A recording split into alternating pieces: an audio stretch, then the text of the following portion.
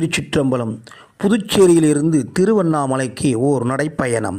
வருகின்ற 26/12/2025 வெள்ளிக்கிழமை காலை 6 மணி அளவில் வில்லியனூர் கோகிலாம்பிகை உடனமர் திரு காமேஸ்வரர் ஆலயத்திலிருந்து நடைப்பயணம் புறப்பட்டு 28/12/2025 ஞாயிற்றுக்கிழமை திருவண்ணாமலை சென்றடைதல்.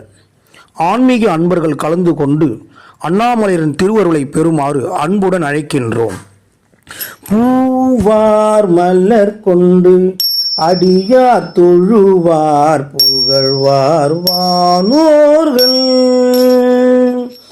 மூவார் புறங்கள் எரித்த அன்று மூவர்க்கு அருள் செய்தார்.